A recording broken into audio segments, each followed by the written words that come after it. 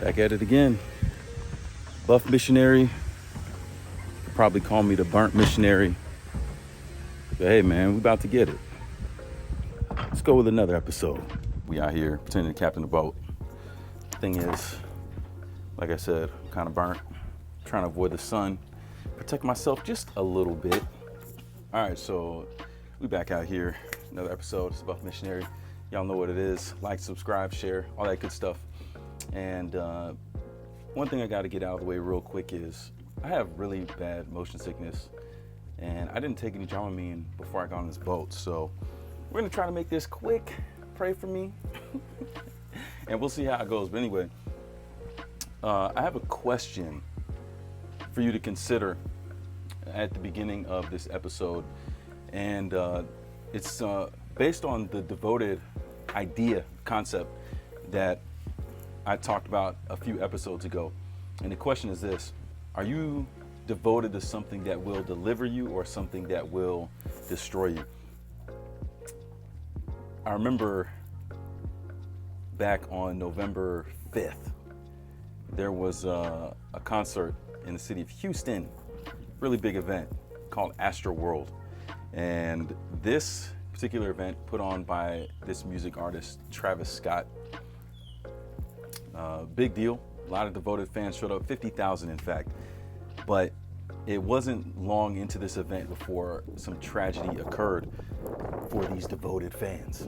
See, Travis Scott actually wanted the crowd to surge the stage. Never mind all the security and the people who are supposed to be protecting the stage and all that.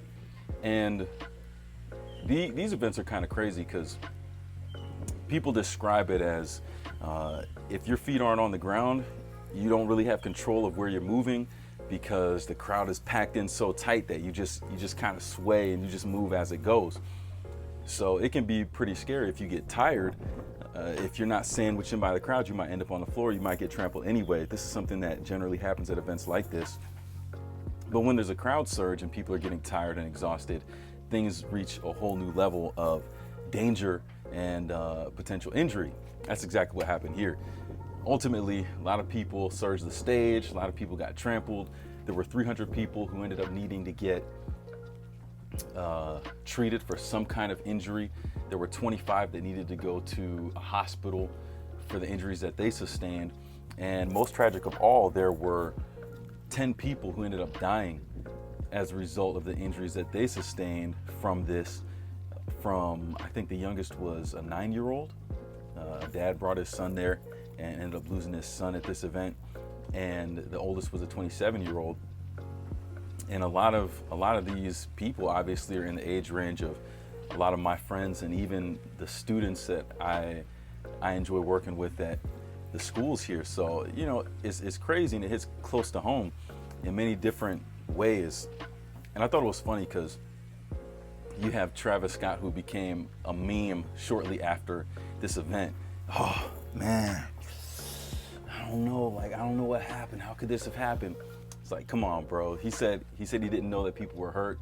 A lot of people are trying to defend him and say that he didn't really know what was going on, even though we got videos of him looking right at people as they're being carried out unconscious. But anyways, you know, he's trying to defend himself as to not knowing and being ignorant as to the things that are going on. But at the same time, this is the same guy who's telling the fans to go ahead and surge the stage and to act in such rowdy and violent and in harmful ways at this event. So you can't have it both ways, bro. You can't have it both ways. And so you have a lot of people looking at the situation and they were asking, so how could something like this happen? Many people had different viewpoints, different opinions. There are a lot of videos, I'm sure you could search, made on this on YouTube and maybe podcasts as well. I don't know. But the bottom line is a lot of people were asking the question, how could this happen? And my response is, I think, a better question. Are you devoted to something that will deliver you or something that will destroy you? These devoted fans thought they were going in for a good time. And some of them walked out of there with injuries they didn't expect to have, and some of them didn't walk out. Sad to say, but that's what it was. Are you devoted to something that will deliver you, or are you devoted to something that will destroy you? Now, when I think of myself and my path, my journey growing up, I wouldn't really say I was devoted to much of anything. I grew up in a Christian home, was taught all the right things to do, kind of did my own thing here and there.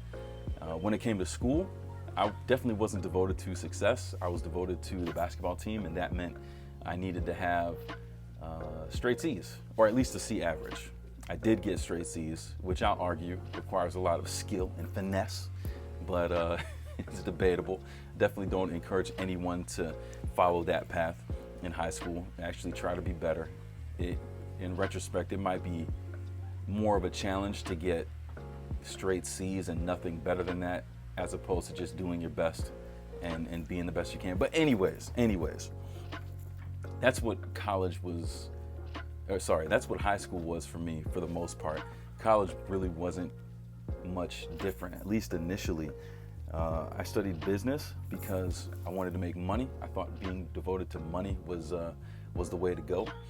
And I ended up bailing on that when I had an interview a couple weeks before graduation at this pretty big company, Nationwide Insurance, downtown Chattanooga. And I remember going into their office building, big old, well, for Chattanooga, a big skyscraper. And I remember getting up to the floor where the offices were, where I was going to be given the tour of the building and the business, and it was quiet. Like, it wasn't, it's quiet out here right now, all right? I'm just here at the dock, Malakal in Palau, and it's a peaceful quiet, you know what I'm saying? It's like, it's nice being out here, but that in that office room was not a peaceful kind of quiet. It was like like an agitated, kind of anxious quiet. You could hear the clicking of keyboards. No one was talking, and you look around the office building and you have everyone looking at their 2 computer screens, just silently, just dug in. And when I saw that, I was like, this ain't for me. Granted, that may not have been everything that business was about, but me and my limited understanding and definitely great ignorance of life at the time, I said, I'm out. I'm not about this. So I actually told the interviewer, I said, you know what? I don't think I'm interested in this, so you don't have to continue telling me about this. I think I'm pretty good to go. And he's like, oh, well, hey, if you're sure, then you know where the elevator is? I was like, yeah, I do. So I left, and that was that. Problem is, I'm graduating in 2 weeks, right? So what am I gonna do? The thing that I spent the last few years working towards being devoted to turned out to be something that I didn't want to be devoted to anymore. So this is where things take the interesting turn of me ending up in Palau the first time as a missionary. It came from a lack of devotion. It came from not really knowing what I wanted to focus on or where I wanted to go in life. That's how I ended up here for the first time. And the cool thing about that is it's exactly what I needed. I found something to be devoted to here in missions and in service, even though I don't think I could have defined it at the time. I just knew that there was something about this experience that I needed more of, whether it was experiencing God and spiritual things in a way that I never had before, a more real way, a more practical way in day-to-day service with the young people and the students. It's clear to me that I was able to find that purpose and find something worth being devoted to in missions and service, even though I didn't recognize what it was, or even though I wasn't able to identify it at that time. So it's funny because I came back home after that first year, worked a few different jobs here and there.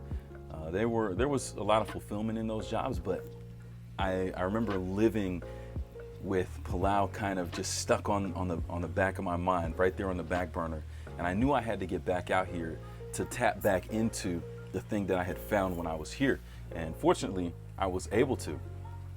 In 2015, I came back and I found fulfillment again in doing what I loved in missions and in service at both of the schools, the elementary school and the high school, working with the kids there. And being a servant for others is where I found the most of that fulfillment. Now, I will say this, even though I spent a lot of time out here and I love it here, doesn't mean that I was perfect here. There are a lot of things that I did while in service and as a missionary that I would probably do differently looking back on it. And there was definitely an aspect of redemption and trying to make up for some of the mistakes that I did the second time around from my first year. So that element is there for sure, okay? But I did find something that I was absolutely in with, that I knew I needed more of. And I enjoyed finding purpose in service and an opportunity and the privilege to get better at serving other people. It was fun working on that and seeing just how much I could continue to give to Palau and to the people.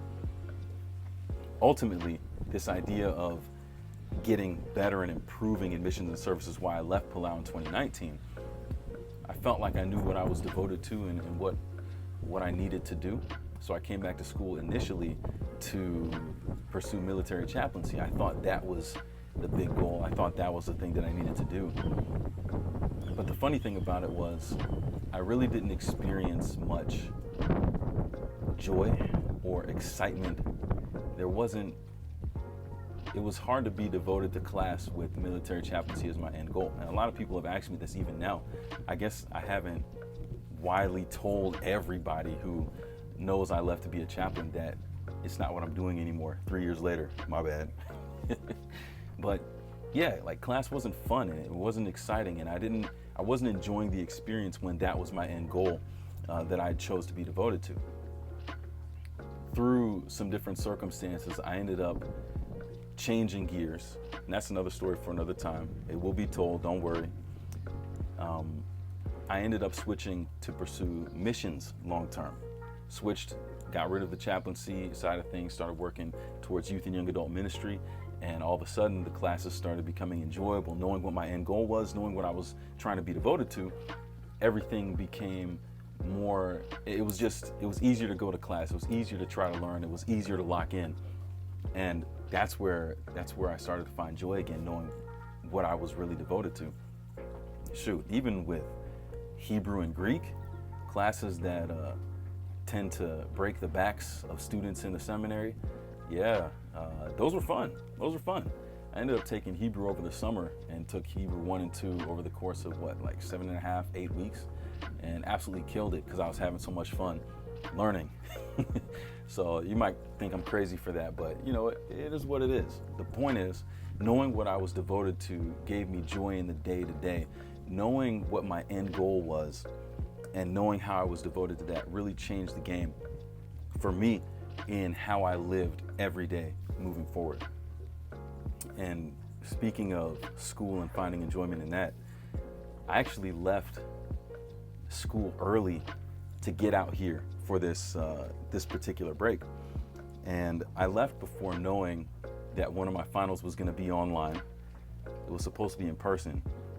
I left before knowing what was going to happen with that because I figured I'd be able to get rescheduled the test and take it earlier before leaving.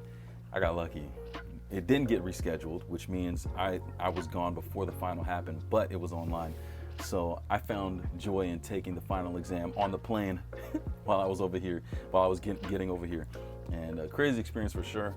Do not recommend, definitely do not recommend.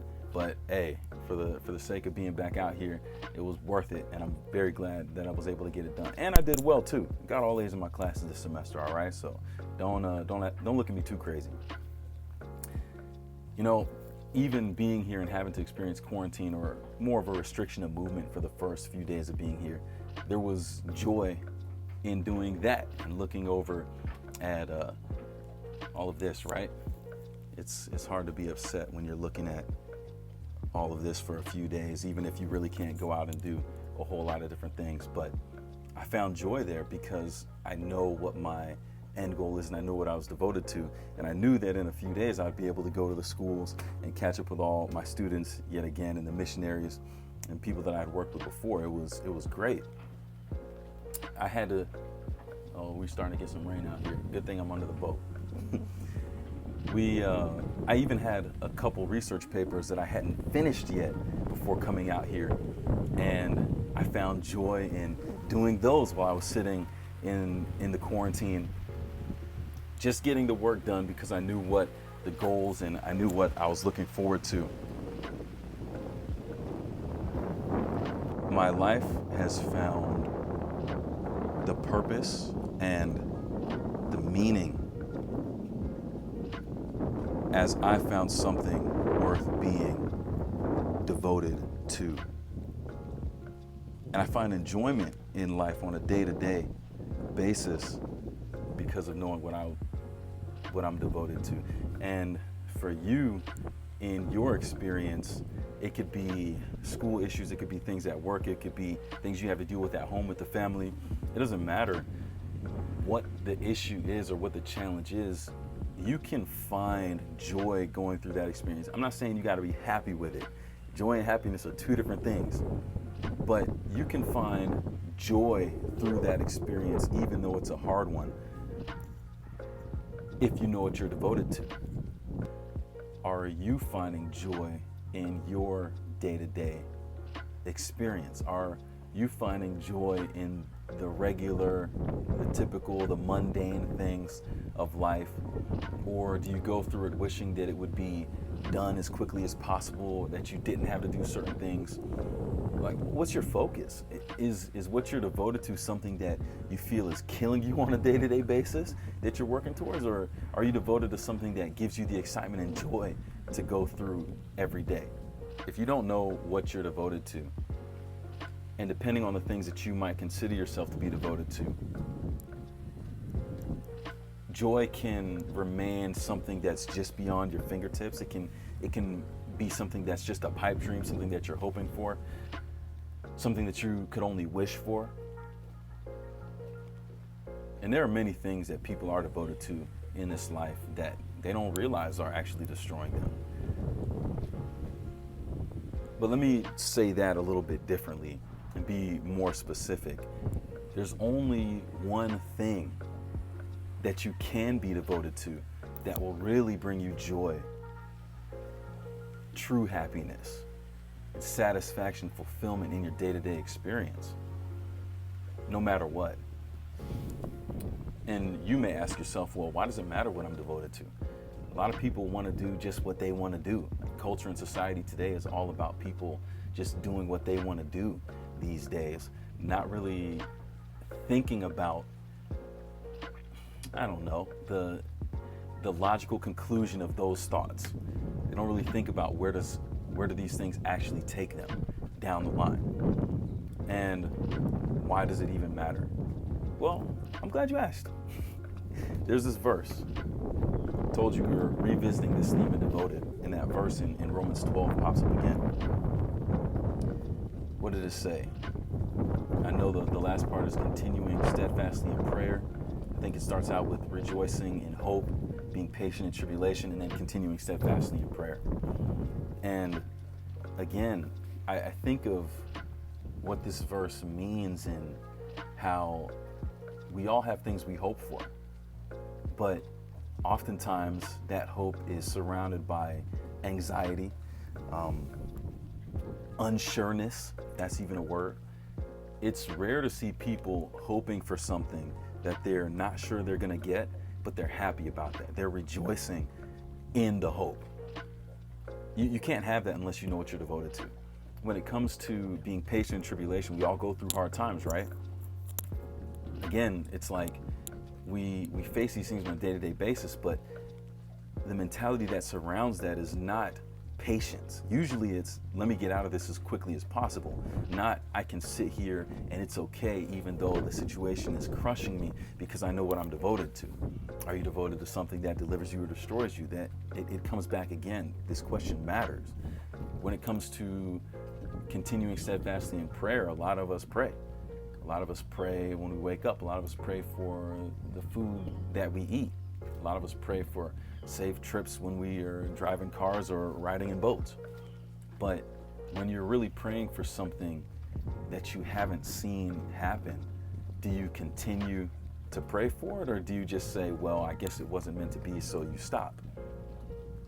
Well, if you really believe that God is worth being devoted to, you understand who he is, you can continue steadfastly in prayer because you know he's going to answer one way or another. And you also are open to the possibility that the answer you receive may not be what you want. And I have to say this on that note, just because you don't hear what you want doesn't mean that you didn't get an answer. A lot of times people look at prayer and the answering of prayer as only being something that you asked for, but it's not always that way. God answers in many different ways. God can answer in yes, no, and wait. All of those are answers. They may not be the answer you want at that time, but it doesn't mean that God isn't responding to you. It's interesting. I think of my experience in the last few years after returning from Palau in 2019, and adjusting to Michigan wasn't easy. It's still not easy. The weather was a big one, and my tolerance for the weather, it's really fine-tuned right now. There's about a 6 or 7 degree range that I'm good with. Everything else is too hot or too cold. But being closer to a lot of the family struggles and the things that we go through with my parents and siblings and just family in general wasn't easy. Part of the reason that I came out here, at least one of the reasons that I came out here, was to get away from that stuff and to put some distance between my mind and those situations, and now having to go back into it. And sure enough, when I was there, things kind of blew up and a lot of areas got worse, and dealing with hospital things and depression, anxiety. Those are real things that people struggle with out there. I can't get upset for anybody who feels like they need a break because they're dealing with that stuff. Whether it was working full-time and being a student full-time at the same time. Again, not recommended. Never mind, in the past few months, both of my parents getting COVID, and of course, you heard the story in the episode before, my father's legacy, about how it nearly took out my dad. All that stuff takes a toll, right? But in those moments is where this simple verse comes alive. You can't rejoice in hope unless you know what you're devoted to. You can't be patient in tribulation without being confident in what you're devoted to. And you can't keep steadfast and consistent in prayer unless you know who you're devoted to. Yeah, I would say the last years have been some of the toughest, but they've also been some of the best. Why? Because I was able to see that this idea, this person that I'm devoted to, is real in ways I never would have before. And you have to have moments that cause you to hope. You have to have moments that put you in tribulation. You have to have moments that require prayer to appreciate that. Those are the things that put you out of the comfort zone, and that's where you grow, not only personally but spiritually as well. That's where you're able to grow and see that what you're devoted to really makes a difference in your life, and that what you're devoted to can deliver you and not destroy you. I've been able to see how Jesus is the only one who can save me, and I have confidence in that. And I'm confident that that's something worth being devoted to. And it's funny, I kind of alluded to it before, but there's a lot of different stories I'm trying to summarize and touch on in this episode. There are too many stories to tell. I got stories for days, but I'm gonna finish with this right here. Every one of you listening or watching, you have your own stories that you're living right now, that you've been going through, trying to get understanding from, and you also have a lot of stories that are yet to be written. And my hope and my goal for you is that you devote yourself to the one who can deliver you through all of them. Regardless of what you have going on in your life right now, you're in a perfect position to learn more about the best thing that you can be devoted to. If it's a good time, you can be thankful for what you're devoted to. If it's a hard time, you can be thankful for who you're devoted to and lean more into the one who you are devoted to. One of the things my dad always told me is always ask questions. That's something that stuck with me, and that statement is one of the reasons why I'm in the position I am right now. Always ask questions. Don't just settle for what everyone else is saying to be true. Figure it out for yourself. Make this stuff real for yourself, and realize that if you start asking these questions, you'll get answers, and you'll be able to make different moves and just adjust based on this new and more complete understanding you have in your life. There's a lot of people that are there for you that you have to give the chance to be there for you. You know, God is many things. He's good, he's love, he's faithful, he's a lot of things, but without a doubt, he's the only thing. And Jesus is the only thing worth being devoted to, because he's the only one who will deliver you. And I hope you take advantage of the opportunity to learn about him for you. So yeah, I'm gonna leave it right there. Once again, we out here with the Buff Missionary. Like, subscribe, share. You see it, you know what it is. And leave a comment, talk about some of the things you're devoted to and how you've seen that work in your experience. It's starting to get hot out here. I feel the sun coming out a little bit more. It's time to bounce. But as you know, to exist, it's not enough. We out here to be out here. So until next time, let it do what it do, baby. 28, 30 minutes on the boat.